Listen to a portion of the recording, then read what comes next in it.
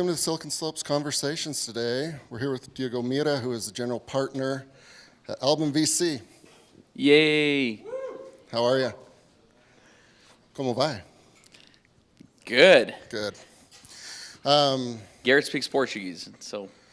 A little bit. So you were in Orlando this morning, Yep.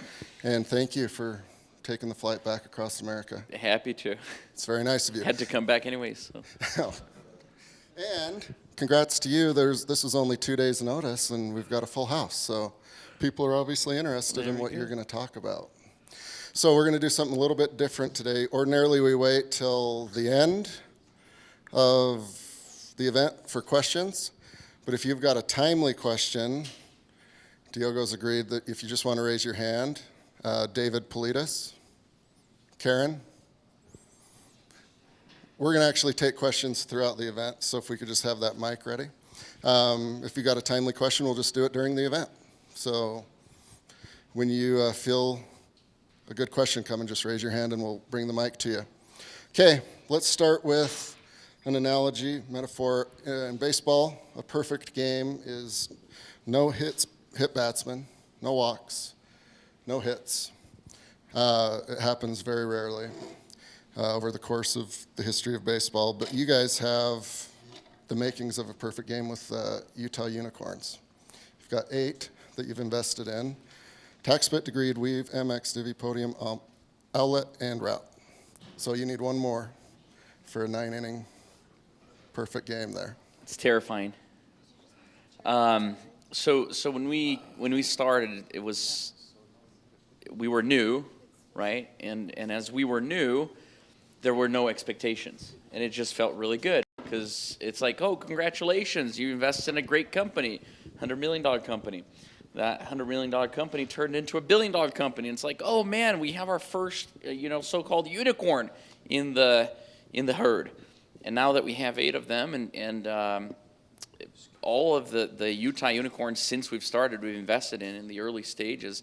Now we're looking at that, going, oh my gosh, what will happen when we miss one?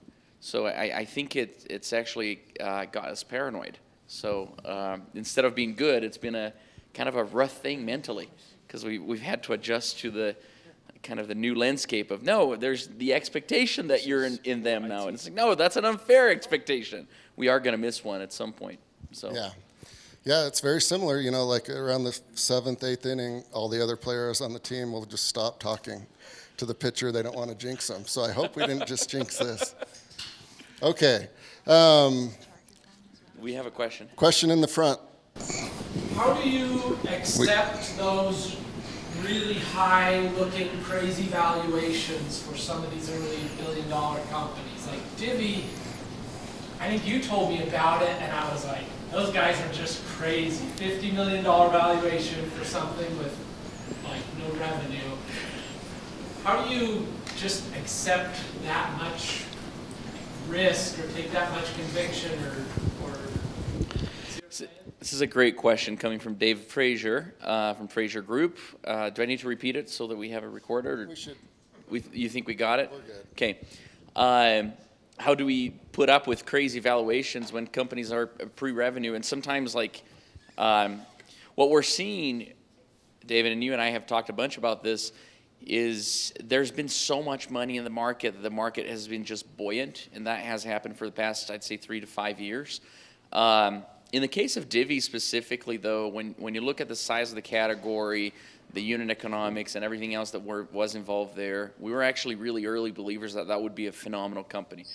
And that thesis, that guess, has turned out to be true with the acquisition by Bill.com, and then Bill.com doubling in price since the acquisition. So, it's quite remarkable. But it's not easy because it's no longer purely a fundamentals kind of game in investing. It used to be that you would analyze a company by its balance sheet and its P&L, and in early stage venture at least, we got to have foresight. We got to look into market trends. One that was that way was TaxBit when we invested 3 years ago, and looking at that, it was actually 4 years ago now. Looking at that, I don't want to misspeak, whatever, 3 or 4, one of those is right. It was December of one of those 2 years. And what happened then was the market was just so needy for a solution like that. And we knew that that was the need. There was a need for the solution, but we also knew that, you know, we wouldn't find anything that had the good-looking P&L in the crypto market. Just like when Divvy was starting, the revenues were low, because that's where every company starts, at the zero mark. Is that good? Thank you. Okay, so it wouldn't be that hard to invest in Tesla today or whatever company's kind of the belle of the ball. In this case, these unicorns. But to your point you just made, you've got to look around corners, right? Because you guys are in early. Yeah. Early. So early stage investing is super strange. We were actually having a conversation about that last night with this other board member in Orlando, because you don't know if you're any good up until like you're about to retire, maybe 20, 30 years into it, because these companies take a long time to mature. And oftentimes companies that have really strong tailwinds, they fail for reasons that you just can't explain. Sometimes it's a founder conflict. Sometimes it's, so having that foresight oftentimes comes with luck. So I think maybe it's a good time to recognize, like, 8 out of 8, we feel really lucky. We're bound to miss one. Once again, I'll just make that clear. But we feel really, really lucky so far. If you invest in companies that have already been proven successful, you're not creating any alpha. You know, you're basically just following the market. Whatever the market does. If you invest in the stock market today in really well-established companies, you will see continuous growth, year over year to the tune of 6%, when you look at a long period of time. Our game is to kind of flip that and invest before it's consensus. So, in fact, we talk a lot about, you have to be contrarian and be right. You have to make decisions that other people wouldn't make and be right in order to generate like this extra return. Yep. I've got a few friends, not a lot because it's very difficult, that kind of no matter what they're good at, or no matter what they do, they're just good at it, in business in particular, right? And so when they call and they've got an idea, I don't have two nickels to rub together, but if I did, it would just be sight unseen based on you, right? Because for whatever reason, you've kind of got the touch. Some of them are in like completely different industries. For whatever reason, they just are good. How much does the human being pitching you, the idea, the concept, the actual company factor into your guys' decision making? It's a huge element. These are 10-year-long partnerships with these founders. We become really close friends. We get to know their spouses, significant others, kids. This year was the first year that we made for a few that are founders that we knew had kids, and we knew their kids' names, and we knew their kids' ages. We actually made them some album swag for the first time. That was a lot of fun. Because for the kids, that is, and that's because they're really family to us. So the human element's huge, and it's maybe even more fascinating because to be a founder, you have to be a little crazy. So we're also a little crazy, which means like we kind of understand each other a little bit and develop this relationship over the course of years. Sometimes we invest in founders that we met recently, but more often than not, we track these people for years. And there was a question right there. All right. Thank you. Thank you for coming here today and speaking to us about VC. I'm curious, kind of delving back on the previous topic of contrarian decisions that you've made. So what was the most recent contrarian decision you've made, and what's the next one you plan on making? Oh, so maybe when I say contrarian decisions, oftentimes it's they don't look obvious. So to call a recent one would be unfair, because to me the recent ones they make sense, at least to me, right? They might not make sense for other people, but they make sense to me. And so maybe to point to TaxBit, which was an investment that we did in the middle of crypto winter. Everyone thought, not everyone, but a lot of people thought, oh, Bitcoin's dead, right? And it's cool to look back at the Forbes articles. Bitcoin's dead. They just raised $200 million from Binance. So I thought it was fascinating. Just today they announced that they took money from Binance. And it's like, oh, Forbes, you've called Bitcoin dead a few times. Do they watch this? That's probably bad. Maybe. And it's just, so that was a very contrarian decision, but at the time it was a strong held belief that crypto was going to be a thing. Look, it may not be a thing yet, but it will be a thing. So at that time, it for us, it made sense to look at it. I'll tell you another one that was very contrarian from a partner of mine. There's a company in Pasadena called Baller TV, and they do broadcasting of amateur sports. Look, I'm Brazilian. I grew up in Brazil, and we don't have amateur sports.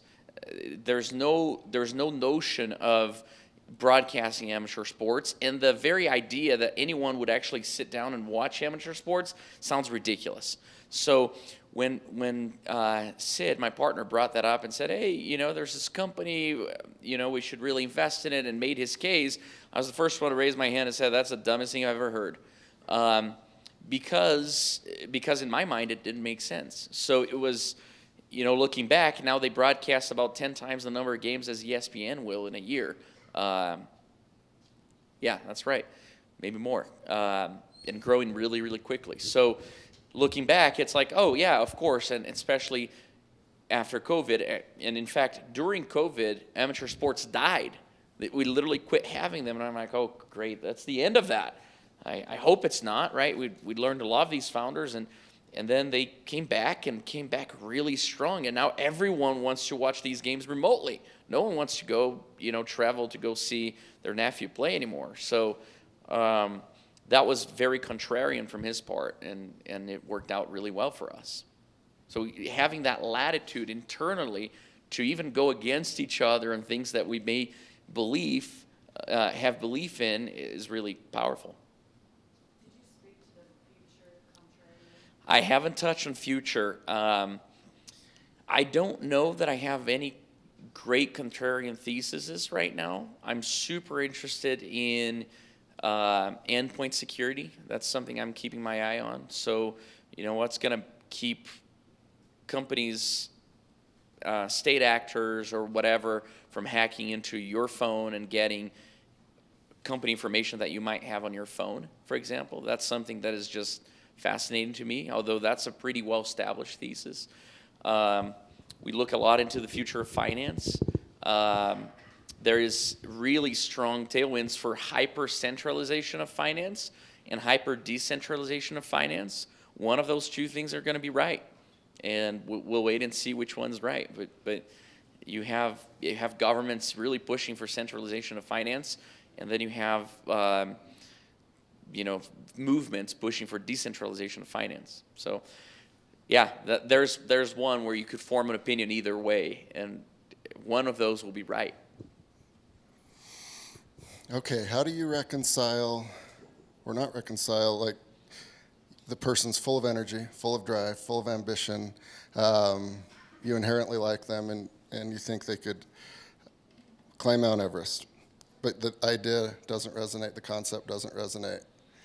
Have you ever had that situation where it's like, I really like you in a different company, different format, different setting? Yeah, all the time. That happens all the time. But it's really important to keep in mind that the investor is not the person running the show. So we try to be ultra respectful of people's ideas. I mean, oftentimes founders leave a great paying job and a great career they had to go build something they believe in.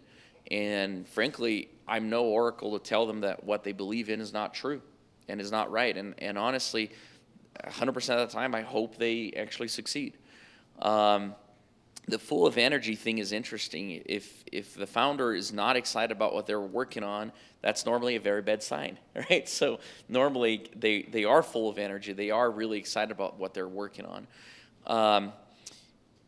Sometimes we'll give some feedback around, go-to-market questions, or, regulatory problems that they might face, whether that's FDA clearance or other kind of problems that they could come across.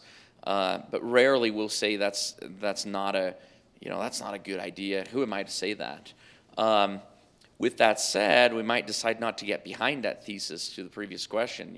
We might decide, hey, I'm not aligned with you in believing that will be a thing or that will be a market.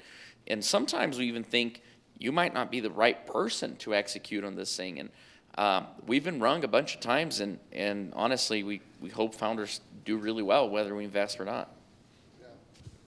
You don't have to answer this question right now, but just think about it. And if you don't want to mention the actual companies, I'll ask it again. Are there any misses that you just really regret? You don't have to answer it now, or you can. It's up to you. Yeah.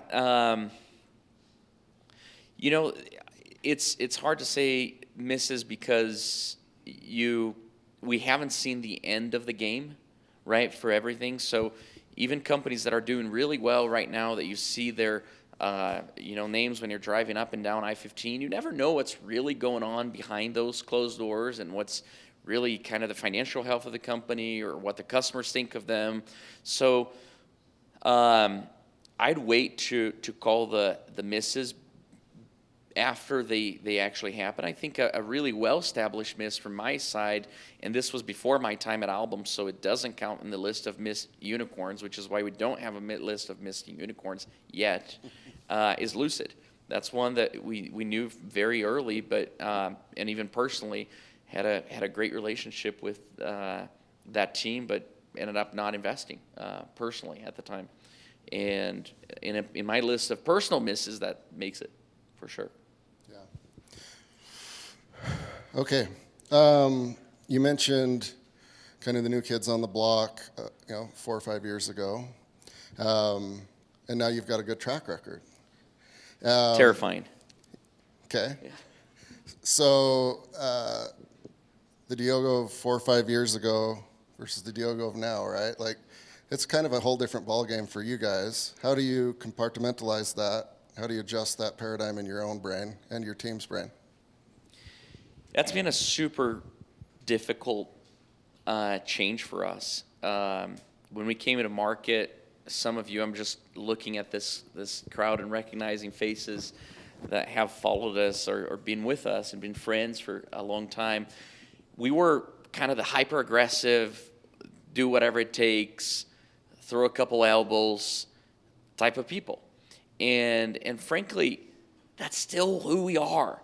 But now our elbows got a little bigger and heavier, and we offend people a little more easily. And so we just got to be a lot more careful with how we position a few things. Even in saying no to entrepreneurs, that has a weight that frankly is unfair sometimes. A lot of Bay Area firms have seen, because venture capital is very much a self-fulfilling prophecy business. There's something in venture capital, and this is research that comes from a guy by the name of Josh Lerner out of Harvard. Venture capital is a game of persistence, in that the great firms keep having great results, and so what happens is, naturally, if you're a great firm, even if it was by luck and by accident, which I think there's a little bit of luck and accident in all of our stories, and certainly in ours, we hit a few big home runs. We look at that and we're like, okay, we got lucky there. But the firms that are not from here, especially in the Bay Area and the East Coast, they look to us for signal on the next great Utah deals oftentimes. And that creates a bar and an expectation that is somewhat unfair, because you can have great companies come out of any of the great Utah firms. And so even in saying no to an entrepreneur, we have to be really careful with how we do it, because it's not in our hands to determine whether they're successful or not. And even more so, it's not correct to judge that as like pure signal. We are bound to miss one pretty soon here. So does that answer your question? Yeah. She has a question right there, and there's one here too. You can go first? All right. What are some of the biggest mistakes that you see founders make when they're presenting their idea, their company, their startup to you guys? So, different firms have different approaches to meetings and conversations. For us, one of the biggest mistakes is, sticking to a deck. We're much more conversational people. I'd much rather have a chat with an entrepreneur because I'm not just trying to understand their business and their presentation. In fact, the word presentation makes me cringe a little when it's like, oh, let's have a presentation. It's like, oh my goodness. We talk to hundreds of founders every year, and if each founder is making a presentation, that's a heck ton of presentations every year. So it's much better when you understand who the person is and what the problem is that they're trying to solve. And you tie those two things together, it becomes a much better indicator of where they're actually going. So I think that might be a big one. Second one is to think that,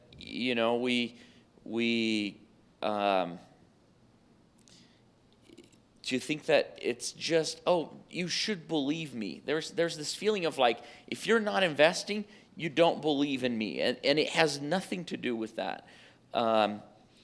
Entrepreneurs are very passionate about what they're building. And because of that, sometimes when there's candid feedback, they take it personally. And it's like, oh, I swear this was not meant as personal feedback. It's not that, that we don't believe you. Sometimes it literally comes down to silly things like we don't believe the market's big enough for an outcome that we want. Now, is that big enough for a $50 million outcome, a $100 million outcome where an entrepreneur can make a lot of money and be really, really happy playing in that market? Absolutely. But sometimes it's not big enough for Album to participate. And that distinction is very, very difficult to explain to an entrepreneur. Because sometimes they truly believe, oh, it's me then I'm the problem. It's like, no, you're not the problem. And truly, we believe, entrepreneurs are hardly ever the problem. It's a whole dance. It's a whole, the equation's very large of things that go into decision making in investing. Let's go here and then there. Yep. Another question for Yes. Lester. So you are a venture capital firm. I'm sure you've got deal sources or people who come to you exhausting all of their sources for capital, and they come to you for, I don't know, Series A, B, C funding. Not sure if you specialize in a specific one. Their acquisition criteria, I'm sure that you and your partners have set forth. And I think all venture capital firms all have different criterias. So what are yours? If I was a venture capital seeker, what, besides the market, holistically, what are you looking for? So we're seed investors, meaning we've invested in things before they were even a product, before they had any customers, before they had, but oftentimes seed investing also happens once there is a little bit of that traction, right? That spark, those first indicators, if you will, of product market fit.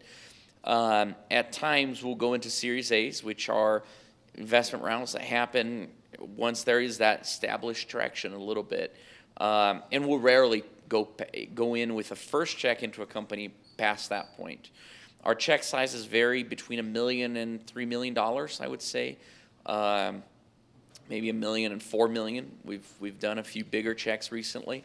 And every check that we write at Album, we write it with 100% of conviction. There's never a throwaway check. There's never a check that we say, oh, let's just put a placeholder here, and if a company goes, we can, put in more capital.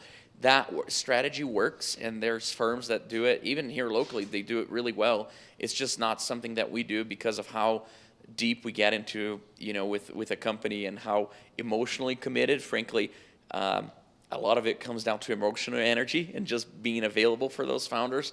I like to joke that my founders are listed on my favorites on the phone, which is true. So if they call any time of day or night, the phone will ring, and it happens every so often that there's something that they need. And sometimes it's unrelated to work. Sometimes it's anxiety. Sometimes it's, a great idea they had in, late at night. So being able to be available at any time is really important to us. And in order to do that, we need to decrease the number of checks that we write. There was another one. Oh, sorry. Yep. So this is expanding on what she just asked a little bit. The criteria of investing. So you got the team, you've got progress, you have the market, you have the idea. You might have a few others that you're really taking a deep dive on. What is your order of importance on those? And then what weight is the top one? I would love to answer that question if I knew the answer to that question, but I will comment on that question. It's a whole system of things, and I like to believe that VC will not be replaced by AI anytime soon, even though, anyways, there's a ton of belief that it will.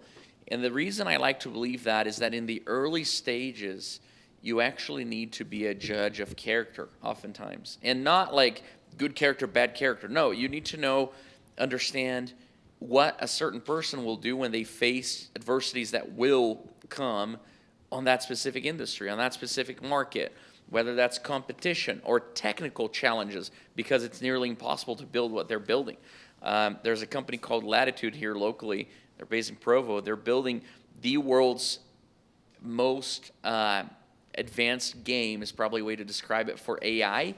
It's currently the heaviest computing power game available commercially.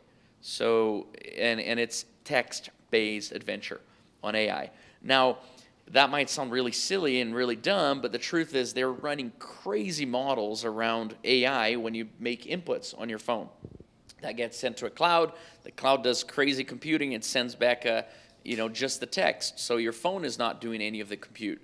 We had to go through some really, really high hurdles and crazy challenges to get to where the AI wasn't saying offensive, dumb things, because it got trained on data sets of humans that wrote things, and humans are offensive and dumb oftentimes. So the AI was kind of mimicking that a little bit.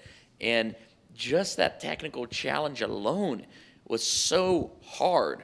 And we could foresee that it would come. So when we decided to back that team, which we're 100% squarely behind, Nick Walton, Alan Walton, and the rest of their team, it was a decision of belief that they could overcome crazy technical challenges. So I would say having the belief on the team, because the truth is early on, that's all you have. You have humans that you're backing. So probably, if I had to rank those things in order of importance, the team is the most important piece. It comes down to, can these people execute against this problem? So. All right, throughout the course of human history, whenever there's two people together, oftentimes they disagree. What Cain and Abel lost that one. There's a lot of divorces, and we've all heard the horror stories of founders not making it, right? And so a part of being a VC, with the good ones at least, in my experience, is a little bit of therapist and helper. Obviously, don't name names or companies, but when those things arise, how does your team kind of help where you can in those situations?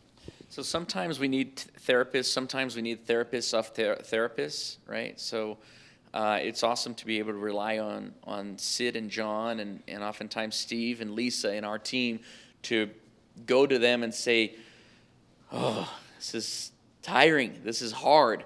And it's literally, we're sharing a small degree of the burden that those founders are carrying. So those founders are carrying a ton of weight, to your point. Speaking of divorces, and not that I don't want to equate family situations with company situations, but given the analogy, those things get ugly, and we'll always side on the side of the founder. Sometimes to our quote-unquote detriment, other investors will say, why are you siding with that founder? And it goes back to your question, what's the most important relationship in a company? It's the relationship with the founder. I honestly do not care about the other investors that are serving on that board with me. No offense.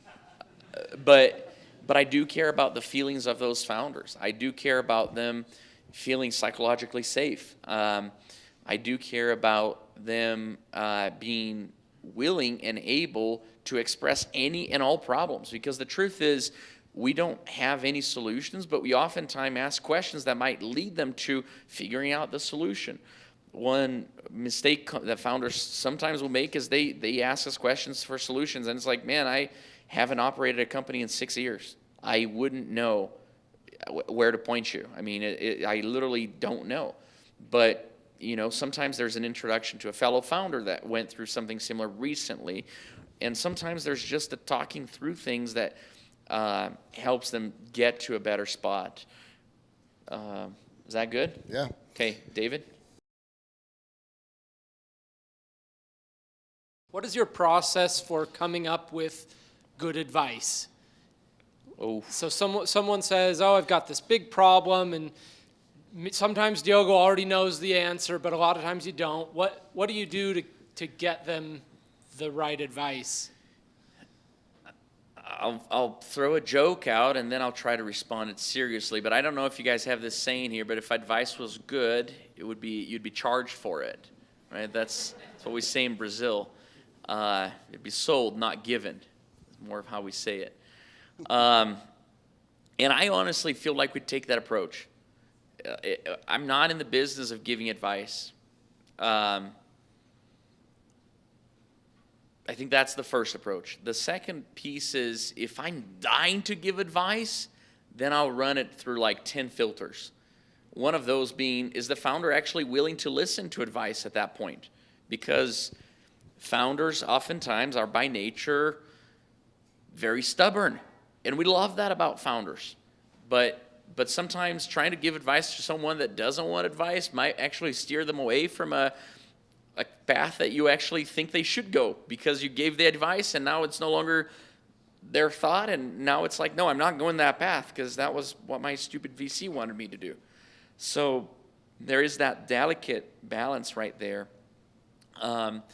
Another filter is this actually good advice? Intellectually, honestly speaking, do I actually believe this thought? And the best thoughts come randomly. So it's hardly ever in a tense conversation that good advice will come. Often it's like a week later, it's like, hey, have you thought of this? Or what if we, approached this problem in a certain way? And those things tend to be more helpful to founders than the things that we kind of come up at, on the spot. But realizing our challenges and our humanity, and maybe more importantly, our inexperience in that founder-specific market, makes it so that at least we're not giving bad advice. Truth is, like, a VC that stays out of your way is a pretty good VC, because there's plenty that meddle in your business, and that makes things worse, not better. Yeah. Did I just open a can of worms with that last phrase? I hope not. Oh, no. It's a can of worms from everything you've said.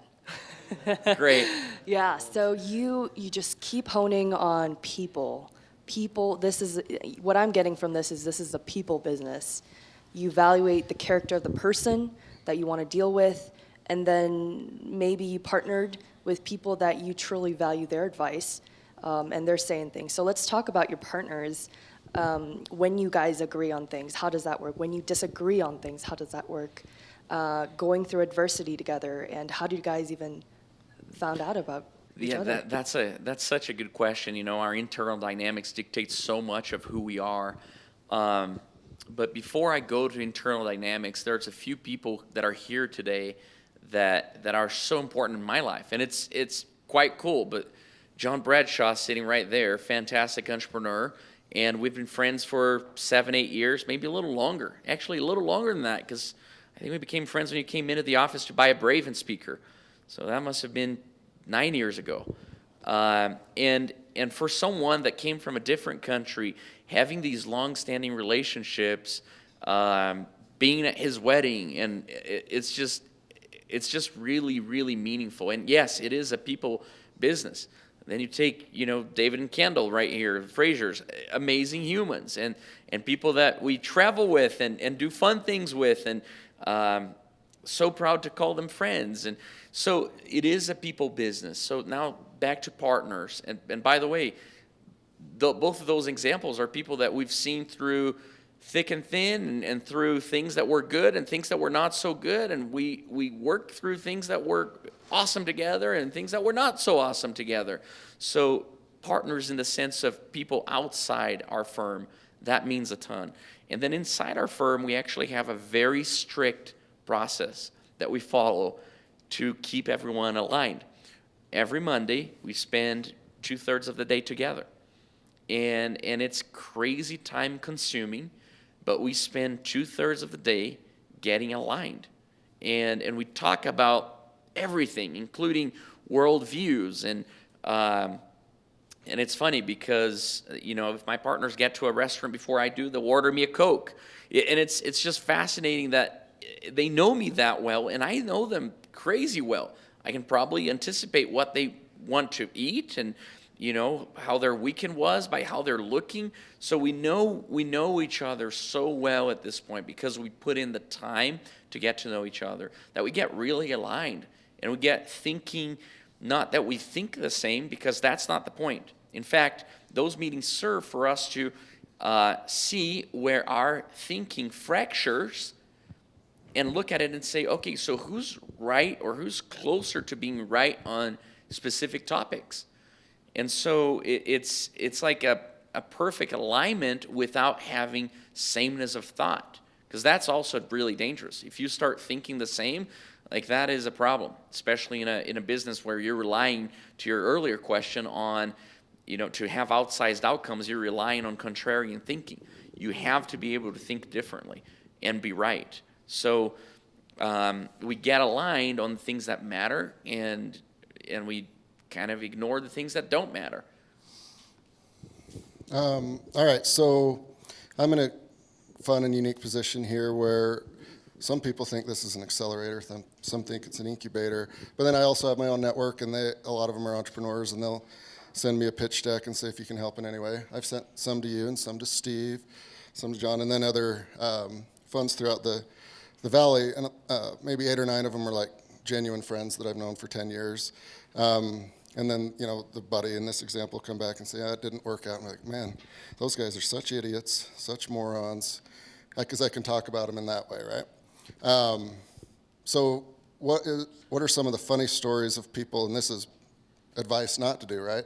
You don't have to name names or companies or anything, but when you've told folks no in a nice way, right, in a constructive way, but then they might send a funny email back or a funny voicemail of, you guys are the biggest clowns on planet Earth, here's why. I frankly love getting those because I want it to be true. I really want that entrepreneur to go and prove us wrong. And by the way, sometimes those thoughts come because they think we don't believe in them. Going back to that question of belief, sometimes it's just not a good fit for album, period. That simple. And if we ever say that, don't take it like it's a your business not going anywhere kind of advice. That is really not what we're saying. But when entrepreneurs, the truth is, we love passion. In fact, we say we got to see a little bit of crazy in entrepreneurs, and I say that with being a little careful because I don't want to create any things here that are not real. But the little bit of crazy sometimes manifests itself by how much passion they have for a problem that you and I would look at, and it's like, really, you're that passionate about that problem? And yes, it takes someone being really passionate about electric cars for electric cars to become a thing. It took someone that was more than a little crazy, being really passionate, to take it the distance. It took someone that sees problems in everything, right? Imagine being in the mind of Steve Jobs back in the day. He's been quoted saying, I only say a percentage of what I think. And everyone was like, you criticize a lot. And it's like, yeah, I only say about 1% of what I think about criticizing. And it took someone like that to come up with innovations that are frankly magical and that have transformed the world.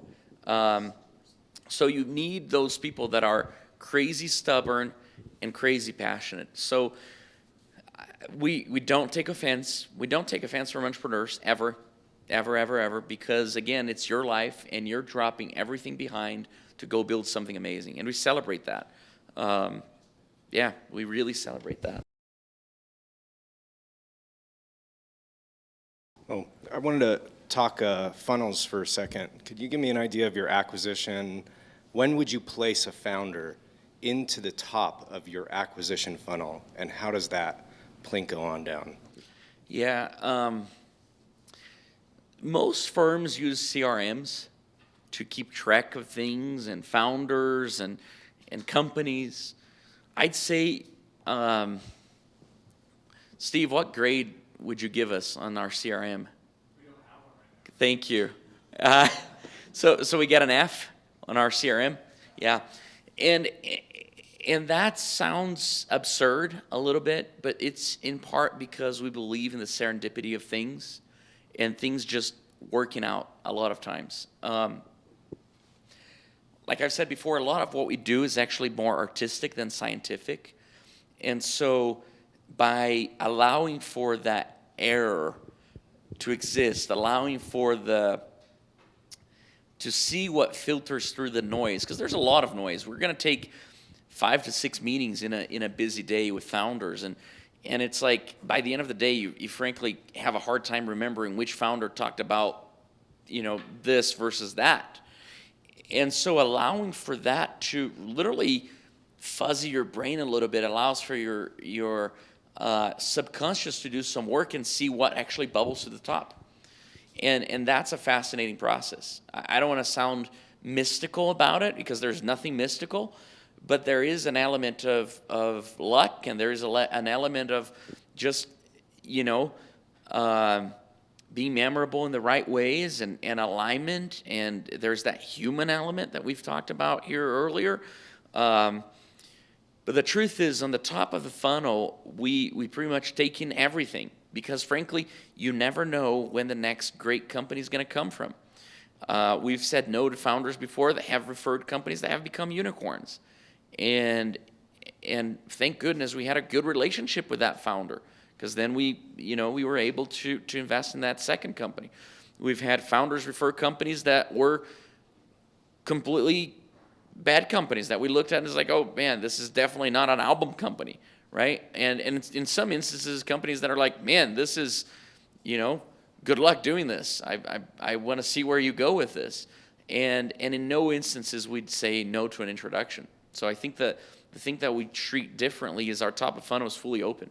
We're happy to meet with pretty much everyone in the community. And it's not hard. I mean, sometimes it takes time to get on the calendar just because of how many meetings we take, but we try to keep that top of funnel very open and very available to people.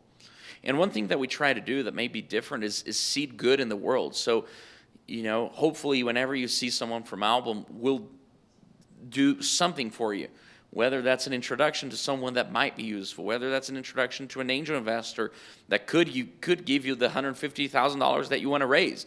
If you only write $1 million checks, I can't write a $150,000 check, but I'll introduce you to someone that might be able to. So with every interaction, we try to plant a little good in the universe. And I think the hope is the universe is kind to us back. So far, it's been pretty good. One or two more questions. Sorry, over here. We'll go right here. Douglas. Fala, Paz. Quick question. So, It's my soccer friend, by the way. It's one of those people we've known for a while. quick question on as you're analyzing a lot of industries, right? You have a lot of ideas being pitched to you, and you keep talking about people and founders. Have you, or would you ever, you're also a founder, right? Like, and you have that mind of creating things, even though you haven't operated one for a while, but have you ever had an idea that needed to be solved and combine that with a person, a founder that you knew was like, this would be a great person to solve this problem, let's create that company, instead of them coming and presenting the idea? I'm the absolute worst idea person in the universe. If you want ideas, talk to my partner, Sid. He has about 40 of them a day, and he used to drive me insane because I'm an execution person.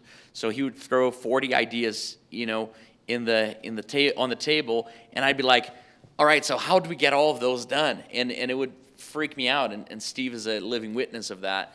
And so I'm not an idea person. With that said, what we do somewhat often is, in a very careful and slight way, we will push two people to meet. And it's sometimes because this founder right here has this very interesting concept, but they don't have a technical co-founder. And then we get this technical person that we've known for years right here saying, I'd really like to start something, but I have no idea what. And it's like, oh, that's kind of an interesting match. So we will do that occasionally. And by the way, we've done that in instances where we ended up not investing. That's an interesting thing right there, even though it's not because we help with a match that we feel like we need to be a part of the company, not necessarily. Well, this has been great. Do we have time for one more? Fine, one more. Diogo's the nice one. I'm so annoying, I know. So a lot of VC firms get their own money to start funding through private endowments, foundations, high net worth investors who have play money, or maybe one of their great payouts from their very first early investments. So where do you get your capital or money from to start funding other companies, startup companies? And then I also want to share with you that my company uses ActiveCampaign as a CRM, and it's scalable, so you can be lean and mean and start with $10 a month. But if you had any ideas of not being just artistic, but maybe a little bit more structured, that's an option. We need to grow into that for sure. That's Steve in the back. Yeah. Steve makes things go around at Album. So he probably took note of that.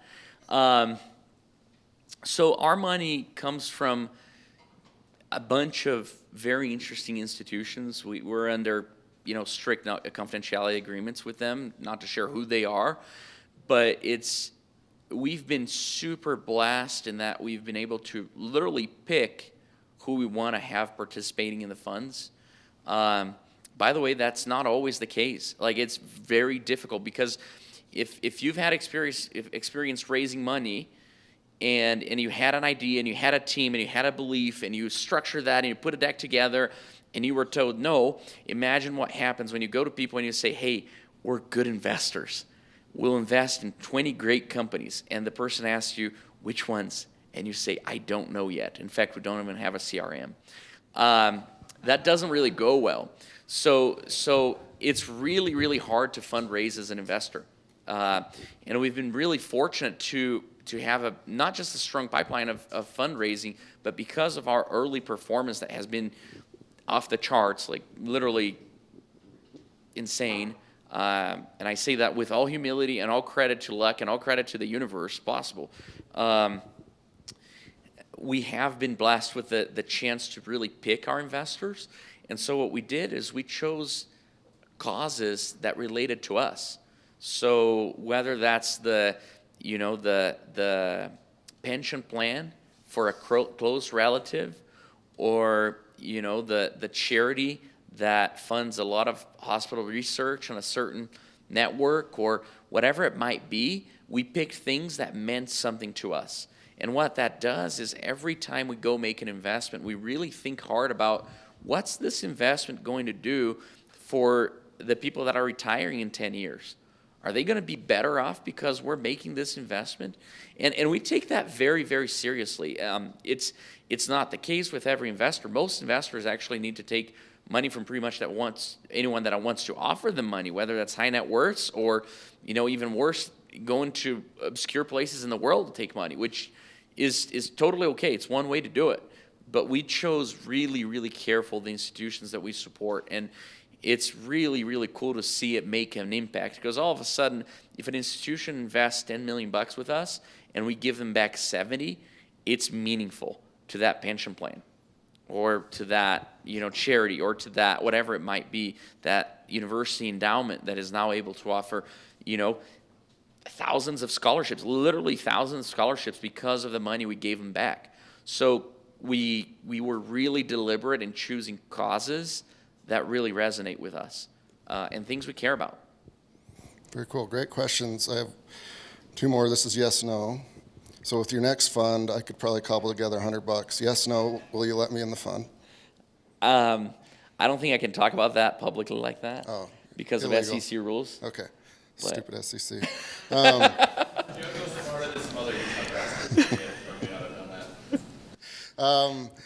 Okay, and then I hope when you're here again in maybe 18 months, 2 years, and we're going to see if the perfect game happened, I hope you don't have a CRM then, too. Steve will take care of that. No CRM. Thanks, Garrett. Thanks for having us. Thank you. Appreciate it.